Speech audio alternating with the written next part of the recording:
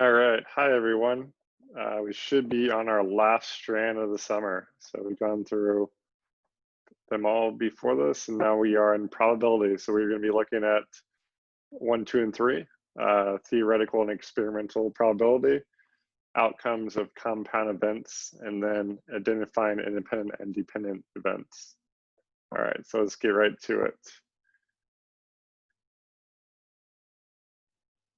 So section X1 is going to be theoretical and experimental probability. Here's an example to start out. So a grocery store recently sold several cans of soup. Okay, so they're going to give you this little diagram here. They'll give you the number of vegetable beef, black beans, and cream mushrooms. And then they want you to figure out, based on the experimental probability, what the next can sold of vegetable beef soup would be. Okay, so how they're looking at it is going to be the number possible for vegetable beef, which is going to be 6, and then the total, which is you're going to add them all up. So you got vegetable beef 6, you got black bean 6, and you got cream of mushroom. Okay, add those up. It's going to be 6/14, and make sure you always reduce it. So reduce the fraction down, which is going to get you 3/7. Okay, so vegetable beef is a 3/7 chance to pick that next, based on the information. All right, moving along here to number 2. Peter's mother recorded what color shirt Peter wore on each day recently. Okay, so there's a little box again, diagram of all the different choices. And what's the experimental probability that Peter will wear a brown shirt tomorrow? Okay, well, that is going to be pretty simple here. All we're going to have to do is find 5 in the table right there, and then add up the total. Okay, so let me get that marker to mark it.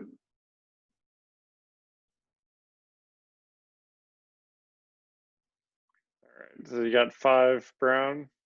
We'll put that down there. And then your total is out of 10. Okay, so 5 out of 10, you got to reduce that down, and that's going to be 1/2. Okay.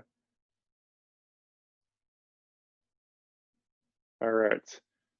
2 shirts stand on broad boardwalk recently sold 3 red shirts and 12 shirts of other colors.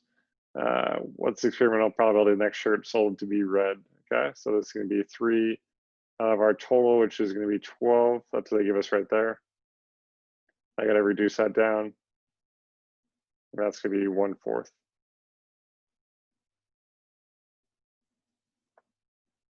Okay. All right, sports one, sweet. Sadie missed 4 out of her last 18 free throws. What's the experimental probability that Sadie will miss her next free throw attempt? Okay, so that means this is a number of misses on the top, and then the total number of free throws. Okay, so next one would be the same with the numbers. So you're just going to have to reduce that down, divide both by 2. So that's going to be 2/9. Okay. All right, so that's pretty much it for that section right there. All right, the next one we're going to go into is outcomes of compound events. Okay, so this one we're going to be doing the tree diagram. So you roll a die and you flip the coin where the outcomes are possible. Okay, so we're going to look at a tree diagram right here, and they have it all filled out. All right, so you roll the die. There's 6 different numbers on the dice. Okay, and then there's either heads or tails. So you're gonna draw this out. You're gonna do all 6 right here. And then branching out from each number, where it's gonna be heads or tails. And your final result is gonna be, for example, you rolled a 1 and you rolled a head, or you rolled a 1 and then tail. Okay, so you're gonna find out the total number. So there are 12 branches, so there are 12 possible outcomes. Okay. All right, sweet. Let's look at the next one. You flip a coin and roll a die. How many outcomes are possible? Okay, so there's either heads or tails, right? And then from there, we have 6 different choices. 4, 5, 6.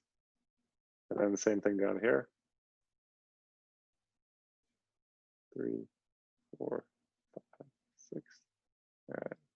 The tree's going a little bit in a weird direction, but you get the gist. Okay, so I can also look at there's 6 here, there's 6 there. So that means there's going to be 12 total.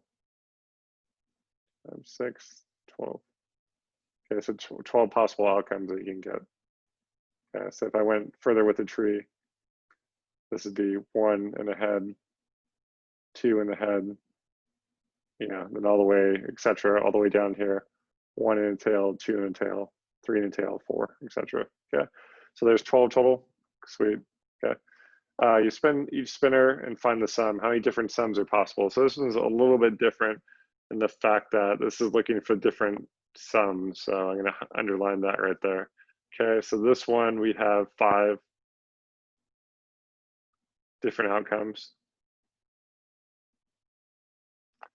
And then the next one from there, we have 5 different ones, which are going to be the numbers 3, 4, 5, 6, and 7. Okay. We're going to do the same thing for 2. Let me just grab another color right there.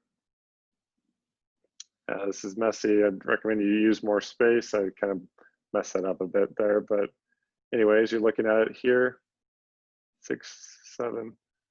Okay, so these, the totals of these, so remember we're adding up the sum. So 1 plus 3, 4, 1 plus 4, 5, okay, 6, 7, 8. All right, there are 5 of them, right?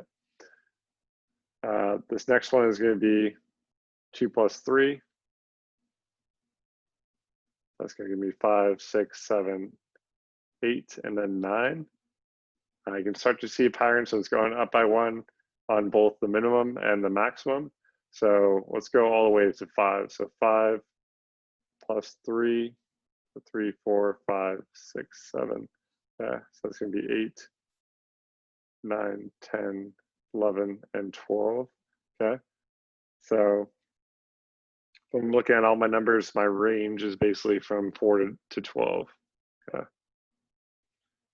I'm thinking if I want to do subtract 4 from 12, well, only problem with that is no, because you're going to include 4 as well. So 4, 5, 6, 7, 8, 9, 10, 11, and 12. Let's count those up. Different color here. Yeah, one option, 2, 3, 4, 5, 6, 7, 8, and 9. So there are actually 9 different sums that are possible for that one. All right. All right, let's look at one more here before we move into a new section. So you roll each die, how many outcomes are possible? Okay, so this one is going to be 6, this one's going to be 6, and that's going to be 6, right? So all you have to do on this one is just going to be to multiply all 6, okay?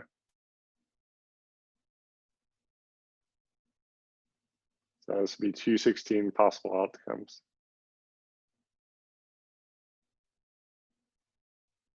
All right, and that's pretty much it for that section.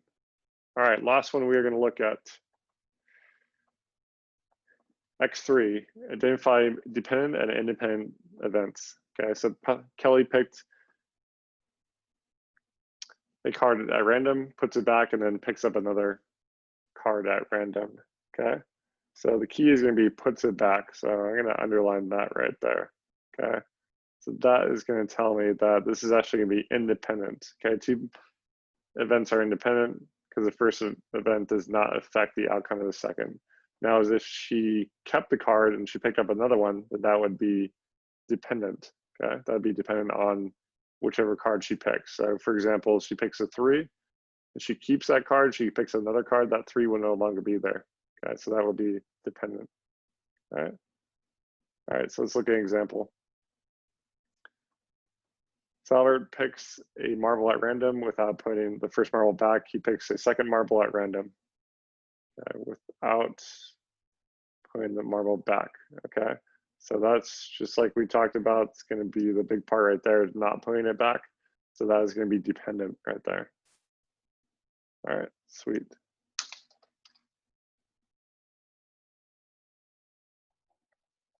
All right, so let's look at a few more on IXL.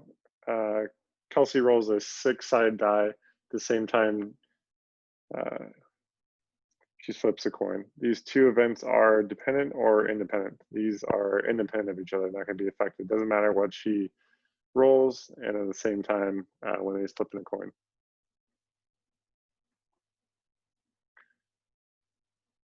All right. So it picks up a marble at random without putting the first marble back, okay?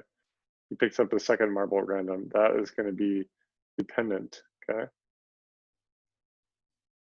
All right, let's skip I can't skip ahead. They're all one level. All right, we're going to do one more here. Gina and Eduardo pick out seats at the school orchestra concert. Gina picks first, then Eduardo's turn. These events are dependent or independent, okay? So picks out a seat at an orchestra, so there's a set map there.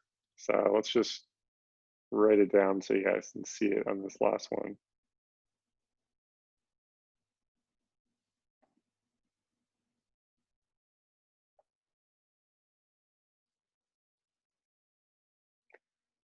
All right, so here's your orchestra. They got, you know, seats 1, 2, 3, 4, 5, 6, etc. Okay, so let's say Gina picks seat number 3, so she's going to be right there. And then Eduardo comes. I'm just going to put Ed to save some space. So he is no longer going to be able to pick 3. So he's going to come in and he'll pick, let's say 6. Okay, so this Gino's seat does affect Eduardo's chance, or his option, that is. Okay, so these are going to be dependent of each other. Okay. All right, good luck. Enjoy last section.